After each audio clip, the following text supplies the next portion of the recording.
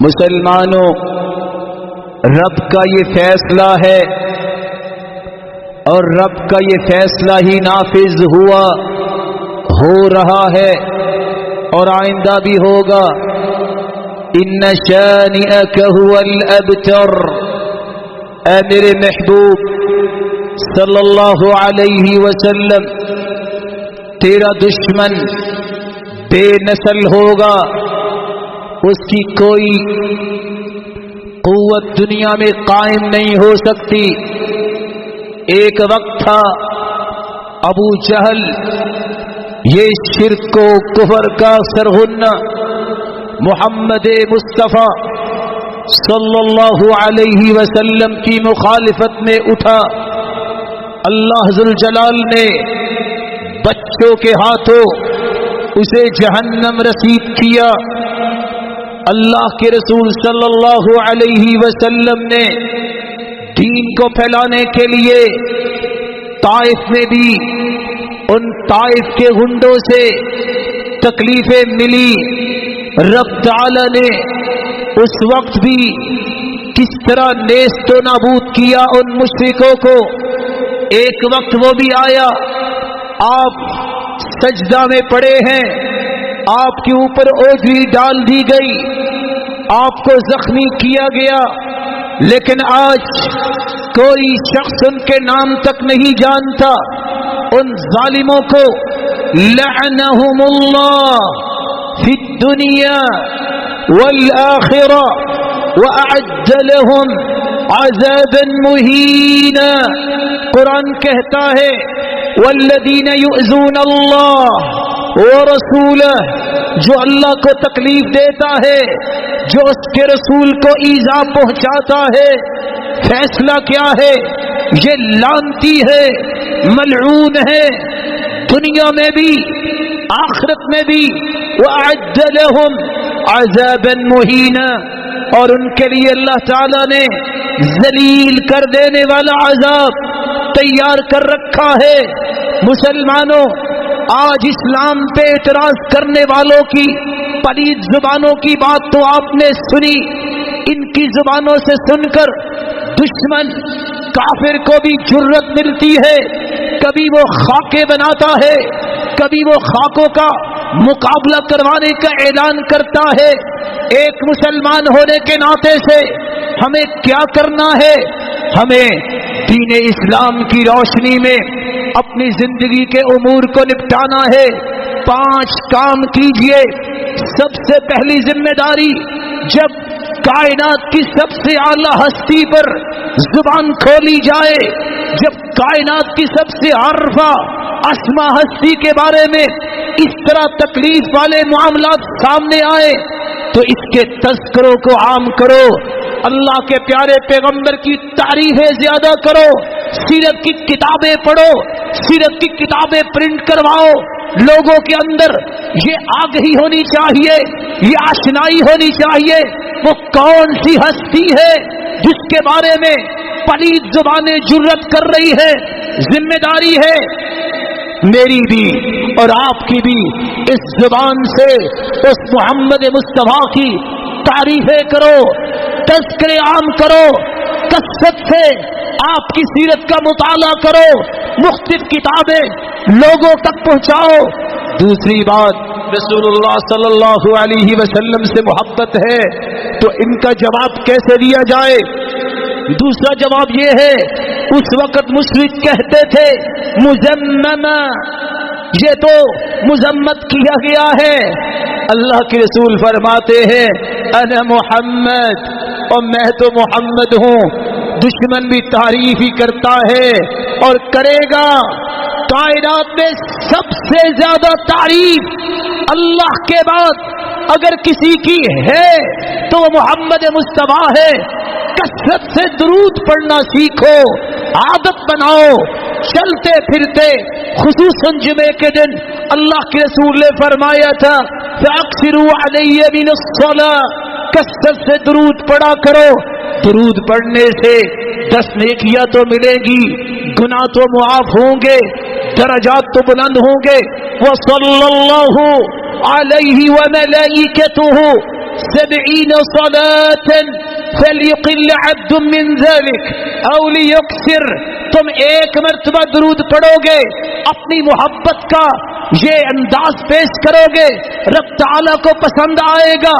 ایک مرتبہ درود کے مقابلے میں اللہ ذوالجلال اپنی 70 رحمتیں تم پہ نشاور کر دیں گے.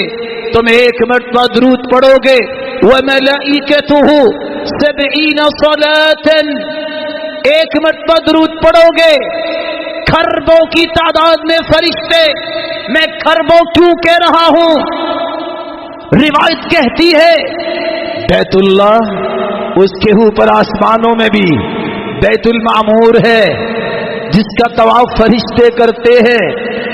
جو ایک مرتبہ طواف کرتا ہے قیامت تک دوبارہ اس کی باری نہیں آئے گی. اور کتنے فرشتے ہوں گے؟ ملائکہ، اللہ کے کھربوں فرشتے ایک مرتبہ درود پڑھنے کے نتیجے میں تمہارے لیے برکت، بخشش، مغفرت کی دعائیں کریں گے. اللہ کے رسول صلی اللہ علیہ وسلم نے فرمایا یہ محبت کا انداز چھوٹا نہیں.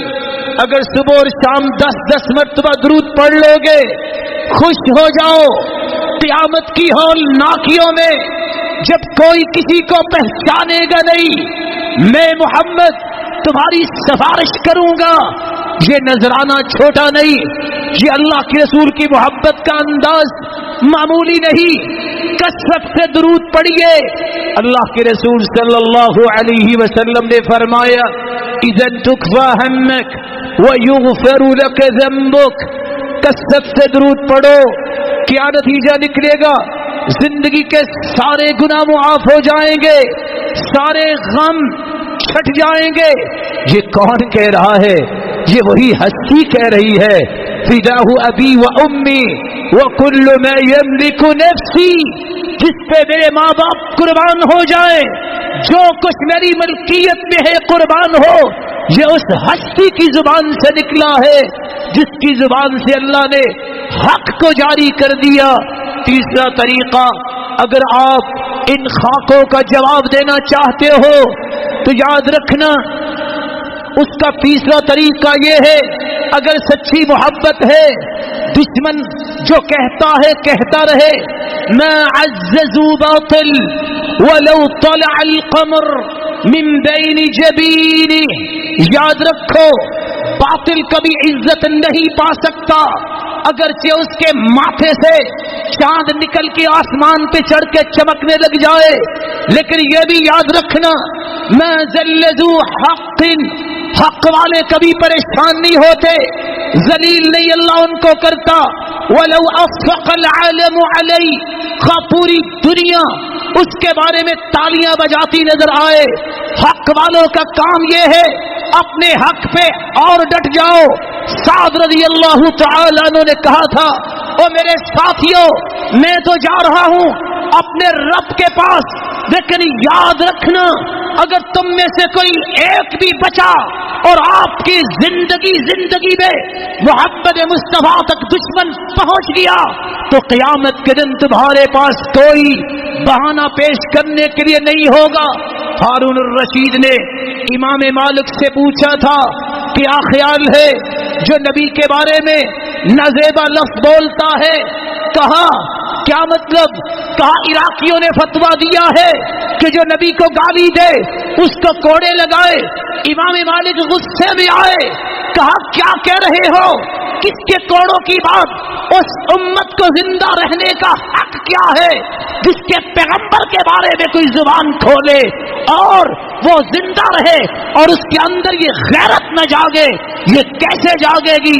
اللہ کے رسول کی سنت کو مانو، اس کی ہر کام کو اور مضبوطی سے تھامو. تمسکو بہدیہ، اس کی سنت کو، اس کے طریقے کو اور اس کے دین کو اور مضبوطی سے تھامو. دشمن کے لیے سب سے بڑا وار یہ ہوتا ہے وہ نام مٹانے کے لیے اس طرح کی بزدلانہ حرکتیں کرتے ہیں، مومن اطاعت، اتباع، فرما برداری، آپ کی سنت کا علم اٹھا کر آپ کی حدیث اور سنت کی تعلیم، تربیت، دعوت اور اس کا سکھانے، سمجھانے، عام کرنے، دنیا کے کونے کونے تک پہنچانے کے لیے کدو کاوش کرتا ہے. اور یہی ایک طریقہ ہے جس سے دشمن اپنے حسد میں ہی مرتا ہے کہ میرا کام تو نہ ہوا، یہ تو اور بڑھ گئے. ایک وقت آیا تھا جس نے محمد مصطفیٰ کے خاک ظالم نے بنائے. آپ کو علم نہیں کہ اللہ نے کس طرح مسلمانوں کی مدد کی، کتنے لوگ مسلمان ہوئے. دشمن بھی پکار اٹھا، واقع یہی ہستی ہے. اور کہنے والا کہتا ہے تھا وہ کافر، اگر میں زندہ ہوتا اس وقت تو میں محمد کے قدموں میں بیٹھ جاتا، کیونکہ اس جیسا انسان تاریخ میں نہیں آیا. چوتھا طریقہ، اگر دشمنوں کا جواب دینا ہے تو اس کا یہ بھی طریقہ ہے، آپ صلی اللہ علیہ وسلم کی نافرمانی چھوڑ دو. ایک طرف نعرہ لگائے کہ حرمت رسول پہ جان بھی قربان ہے، دوسری طرف مسجد کی بجائے قبر کو سجدہ کرنا چھوڑو.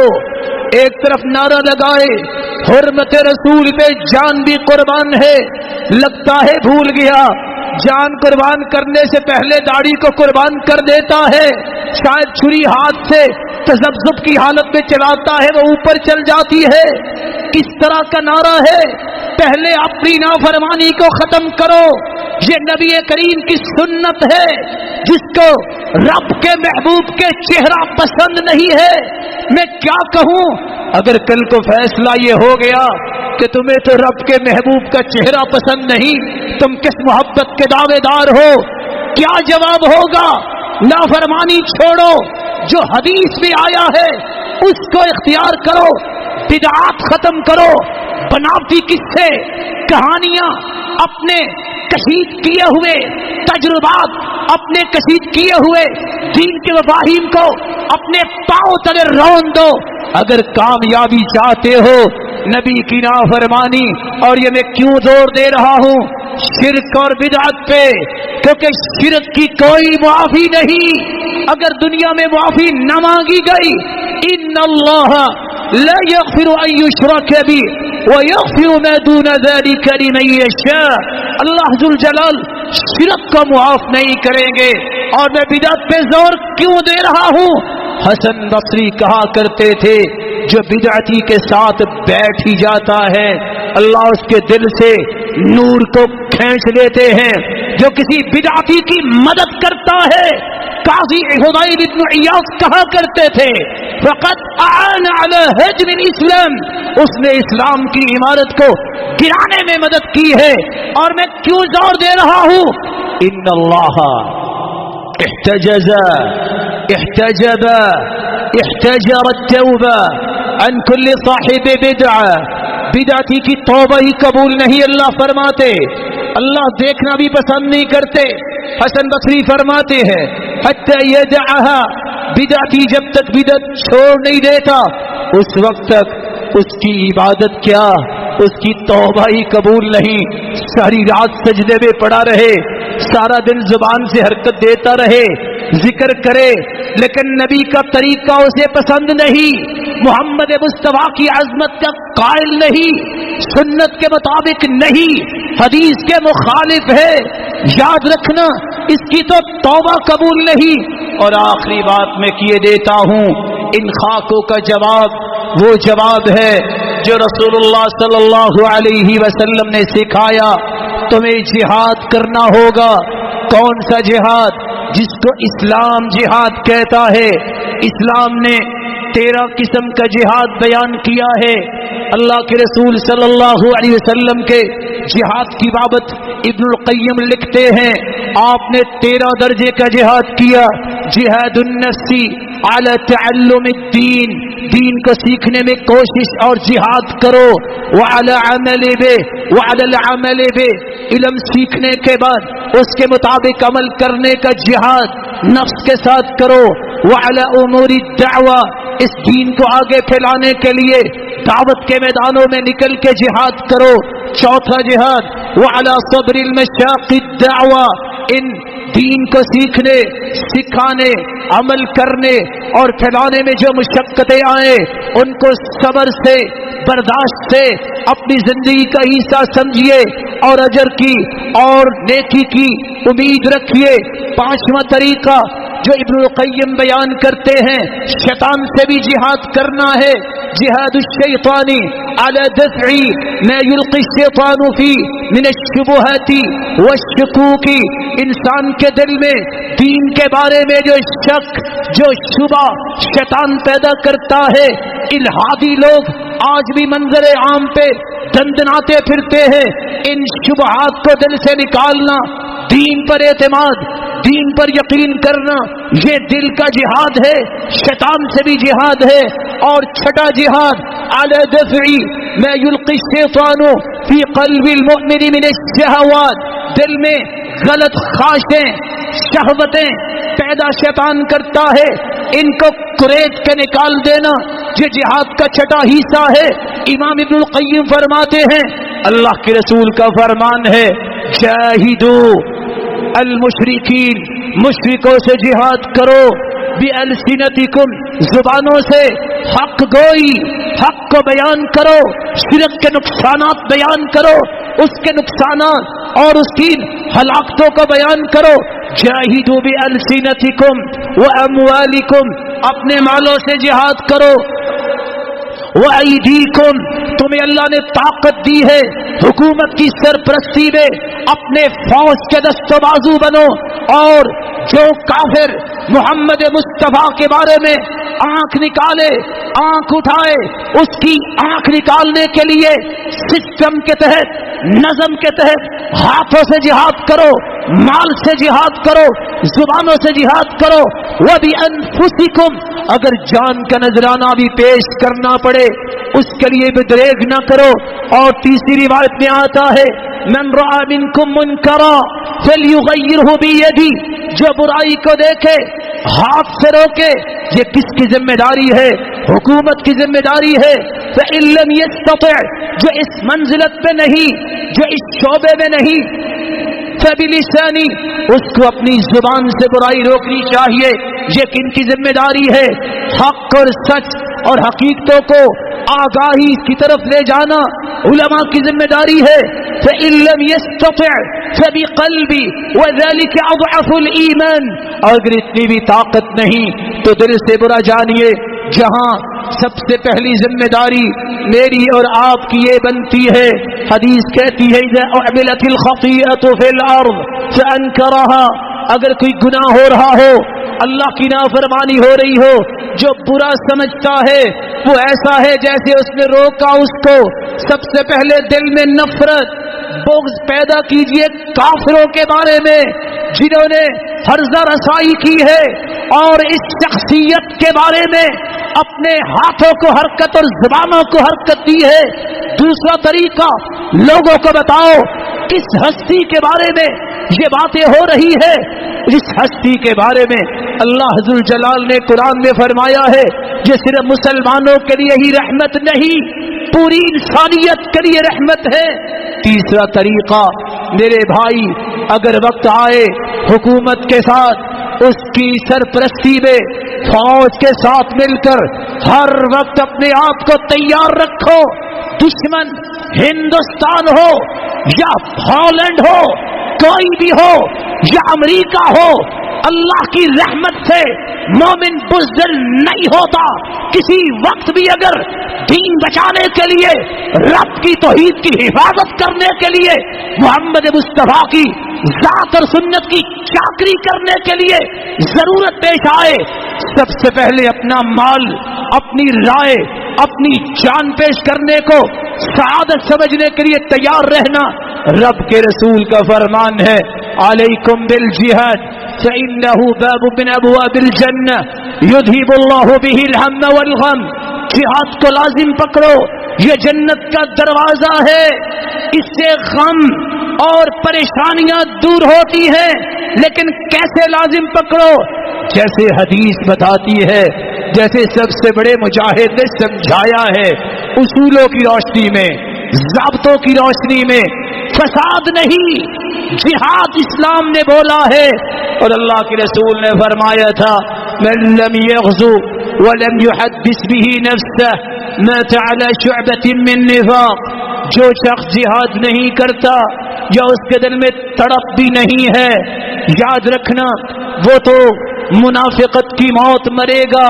رب تعالی ہم سب کو محفوظ فرمائے، اور ہمیں اس بات کی بھی امید واثق ہے جس کو اللہ نے زبان دی ہے، جس کو اللہ نے عہدہ دیا ہے، جس کو منصب دیا ہے، اس کو بھی اپنی ذمہ داری ادا کرنی چاہیے، حکومت کو بھی اور وزراء کو بھی اور عوام کو بھی، علماء کو بھی اپنی اپنی ذمہ داری کو ادا کرنا یہ ایک ضروری امر ہے۔